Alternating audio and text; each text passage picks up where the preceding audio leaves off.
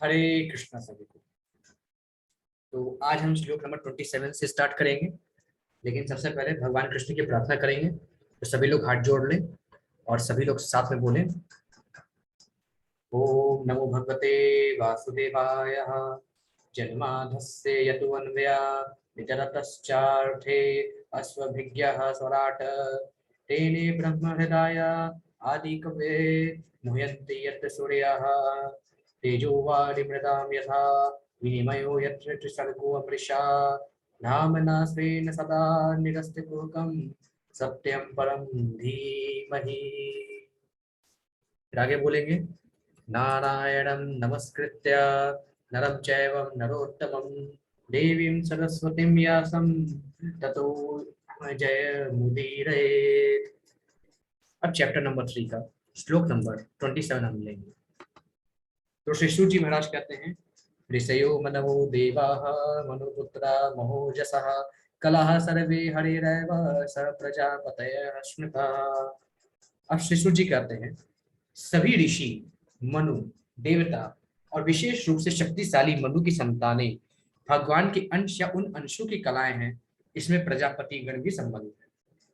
तो यहाँ कहते हैं श्री सूत जी, जितने भी ऋषि गण हैं, मनु हैं, देवता हैं और मनु की संतानें हैं, वो सभी के सभी भगवान के अंश हैं या उनके अंश की कलाएं हैं। हम सभी भगवान के अंश हैं या उनके अंश की कलाएं हैं। इसमें प्रजापति गण भी सम्मिलित है। फिर आगे श्री सूजी कहते हैं, एते चांस कलह पुंसः कृष्णस्तु भगवान स्वयं इंद्रारी व्याकुलम लोकम मृदयन्ति युगे युगे। फिर आगे भगवान श्री सूजी कहते हैं, उपर्युक्त सारे अवतार या तो भगवान के पूर्णांश है, के पूर्णांश के अंश है, कलाएं हैं, लेकिन श्री कृष्ण तो आदि पूर्ण पुरुषोत्तम भगवान है। वे सब विभिन्न लोकों में नास्तिकों द्वारा उपद्रव किए जाने पर प्रकट होते हैं। भगवान आस्तिकों की रक्षा करने के लिए अवतरित होते हैं।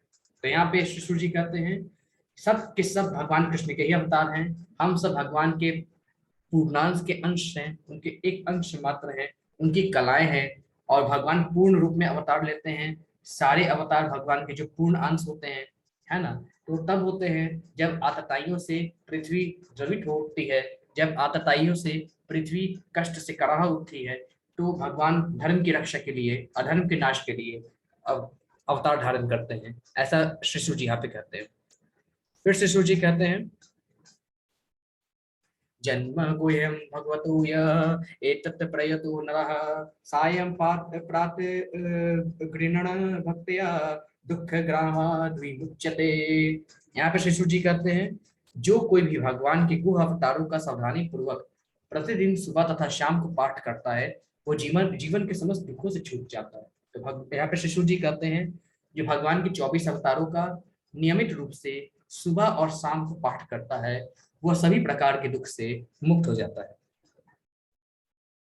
फिर आगे श्री सूजी कहते हैं, एते रूपम भगवतो हया रूपस्य चिदात्मनः माया गुणे वीरचितम महदादि विरात्मनि। फिर श्री सूजी महाराज कहते हैं, भगवान के विराट रूप की धारणा जिसमें वे इस भौतिक जगत में प्रकट होते हैं, काल्पनिक है। भगवान के उस विराट स्वरूप को सोचना भी, जो भगवान इस दृश्य जगत में प्रकट होते हैं, वह काल्पनिक है।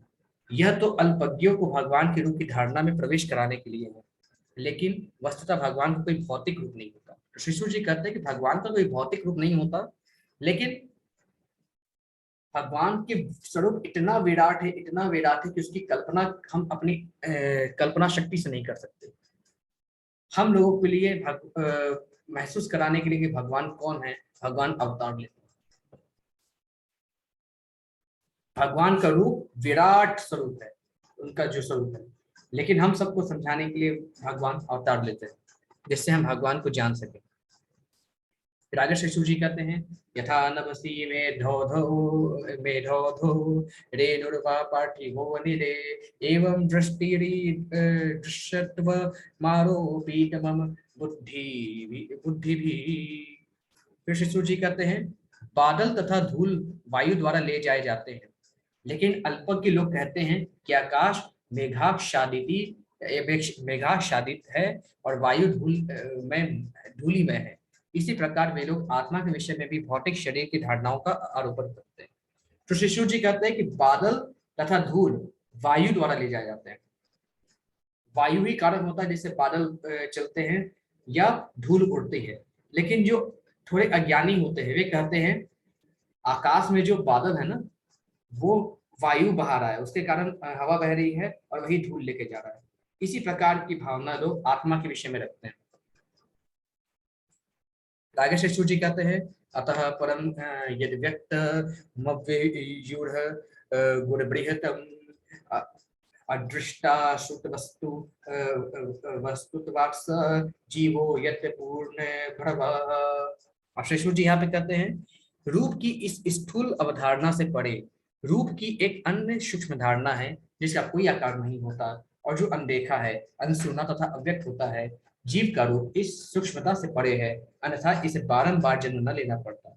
तो श्री जी कहते हैं ये जो स्थूल शरीर है ये जीव नहीं है, ये तो स्थूल शरीर है, माटी का शरीर है। असली जीव आत्मा है जो कि सूक्ष्म शरीर में वास करता है। ठीक है, सूक्ष्म शरीर बहुत छोटा होता है जो कि हमारे हृदय में होता है, जिसका size 1/10,000 of the tip of the hair. जो बाल का अग्र भाग होता है, सबसे सामने वाला भाग, उस पतले भाग का 10,000वां हिस्सा करेंगे तो वो जीवात्मा का भाग होगा। तो हमारे अंदर दो शरीर होते हैं, एक स्थूल शरीर जो कि हम देख पाते हैं और एक सूक्ष्म शरीर, बहुत छोटा शरीर होता है। उसके भी हाथ पांव नाक कान सब होते हैं लेकिन बहुत छोटा होता है साइज में, और वही जीवात्मा कहलाता है। फिर आगे श्री सूजी कहते हैं यत्रे में सदस्य रूपे प्रतिसिद्धे सवसंविदः अविद्यात्मनि कृते इति तत् ब्रह्म दर्शनम। फिर श्री सूजी महाराज कहते हैं जब कभी मनुष्य आत्म साक्षात्कार द्वारा यह अनुभव करता है कि स्थूल तथा सूक्ष्म दोनों शरीरों का शुद्ध आत्मा से कोई सरोकार नहीं है, उस समय वह अपना तथा साथ ही साथ भगवान का दर्शन करता है। जब व्यक्ति जानता है कि आत्मा का इस स्थूल शरीर के साथ तथा सूक्ष्म शरीर के साथ कोई सरोकार नहीं है। आत्मा कौन है? भगवान की अंश है। आत्मा को एक सूक्ष्म शरीर प्रदान किया जाता है जिससे वह सभी स्थूल शरीरों में जाके प्रवेश कर सके। आत्मा तो भगवान का अंश है, वो स्वयं भगवान है। जब वो सूक्ष्म शरीर में जाते हैं तो उस सूक्ष्म शरीर के रूप में वह हर जीव प्राणी में जा सकते हैं, चाहे वो पशु हो, चाहे पक्षी हो, चाहे मनुष्य हो। हर जीव प्राणी में जाते हैं, हर योनि का भोग भोगते हैं और सब कुछ उस सूक्ष्म शरीर को याद रखता है। लेकिन उस सूक्ष्म शरीर के अंदर है वो आत्मा है, वो स्वयं परमात्मा है। तो परमात्मा जब सूक्ष्म शरीर धारण करते हैं तो इस तरीके से वो हर योनि में भटकते हैं। फिर परमात्मा स्वयं सूक्ष्म शरीर धारण करके स्थूल शरीर जब मानव देह धारण करते हैं तो भगवान अपनी खुद स्वयं की भक्ति से वो अपने धाम पहुंचते हैं। थोड़ा सा कॉम्प्लिकेटेड है, थोड़ा समझने की कोशिश कीजिए। हम सभी की आत्मा स्वयं परमात्मा का अंश, ठीक है। वो परमात्मा का अंश पहले एक सूक्ष्म शरीर धारण करता है जिससे वह सभी मनुष्य के स्थूल शरीर में प्रवेश कर सके, ठीक है, चाहे या पशु के स्थूल शरीर में प्रवेश कर सके। वह सूक्ष्म शरीर होती है, वो एक ही रहती है, चाहे पशु के शरीर में जाए या आपके मनुष्य के शरीर में जाए। तो जब ये सूक्ष्म शरीर कई योनियों में जाके आ चुकी होती है तो जिस जिस योनि में जाती है सूक्ष्म शरीर को सब याद रहता है। फिर वो सूक्ष्म शरीर सजा भी भोगती है, पाप कर्म करने का, नरक भी भोगती है। असल में देखा जाए परमात्मा स्वयं सूक्ष्म शरीर धारण करके ये सारी चीजें स्वयं भोग रहे हैं। ये सब प्रभु का खेल ही है। परंतु कहा जाए कि वो सूक्ष्म शरीर हर योनि में जाती है।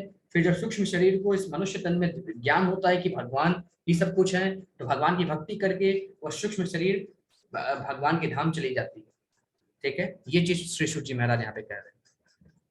फिर आगे श्री सूत जी महाराज कहते हैं यद्देशो परता देवी माया वैशारदी मति संपन्न एवेति विदुर्मर्हि अमनी सवे स्वे महीयते। फिर आगे श्री सूत जी कहते हैं यदि माया का शमन हो जाता है और यदि भगवत कृपा से जीव ज्ञान से संपन्न हो जाता है तो उसे तुरंत आत्म साक्षात्कार का प्रकाश प्राप्त होता है और वह अपनी महिमा से प्रतिष्ठित हो जाता है। तो श्री सूत जी कहते हैं अगर किसी व्यक्ति पे भगवान कृष्ण की कृपा हो जाती है तो सभी माया से छूट जाता है, उस जीव को आत्मज्ञान हो जाता है और आत्मज्ञान से वह अपनी महिमा से प्रतिष्ठित हो जाता है। फिर आगे से सूजी कहते हैं एवं जन्मानि कर्माणि हैकतुर्जनस्य च वर्णयन्ति कव्यो वेद गुह्याति हृतपते। अब श्री सूत जी महाराज कहते हैं, इस प्रकार विद्वान पुरुष उस अजन्मा तथा अकर्ता के जन्मों तथा कर्मों का वर्णन करते हैं जो वैदिक साहित्य के लिए भी ज्ञेय नहीं है, वे हृदय ईश हैं। तो यहाँ पे शिशु जी कहते हैं, इस प्रकार जो विद्वान पुरुष होते हैं उस अजन्मा, आत्मा क्या है? अजन्मा, अकर्ता। अब अकर्ता कौन है? अकर्ता मतलब जो कभी किसी का करता नहीं, जो कभी कोई काम नहीं करता। तो आत्मा कार्य करवाती है, कार्य करती नहीं है। तो आत्मा अजन्मा है, अकर्ता है, और कई जन्मों से ऐसी ही आत्मा। और आत्मा के कर्मों का वर्णन ऐसे विद्वान करते हैं कि आत्मा कभी कुछ करता नहीं है, बल्कि वो चीज करवाता है शरीर में जाके, और ये जो जानता है वो विद्वान होता है। फिर आगे श्री शिव जी महाराज कहते हैं, स वा इदं विश्वममोघलिलः सृजत्यवत्यर्ति न सज्जते अस्मिन् भूतेषु चान्तिहृत आत्मतन्तः षड्वर्गिकं जिगृति षड् गुणेशः। फिर शिशु जी कहते हैं, जिनके कर्म सदैव निष्कलुष रहते होते हैं, वे भगवान 6 इंद्रियों के स्वामी हैं और 6 ऐश्वर्य के साथ सर्वशक्तिमान हैं।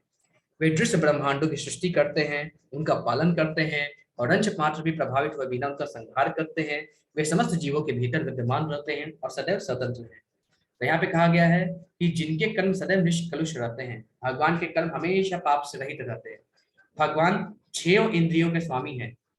6 इंद्रिय, एक 5 ज्ञानेंद्रियां और एक मन, भगवान सबके स्वामी हैं। भगवान के पास 6 ऐश्वर्य हैं और वो सर्वशक्तिमान है। वे ही ब्रह्मांडों की सृष्टि करते हैं, वे ही इसका पालन करते हैं, वे ही जब इनकी इच्छा होती है तो संहार कर देते हैं। वही परमात्मा रूप में सभी जीव के भीतर वास करते हैं, और वही भगवान सदैव इंडिपेंडेंट है। तो आज यहीं तक करते हैं, फिर श्लोक नंबर 37 से कल करेंगे। ठीक है, सभी को हरे कृष्ण।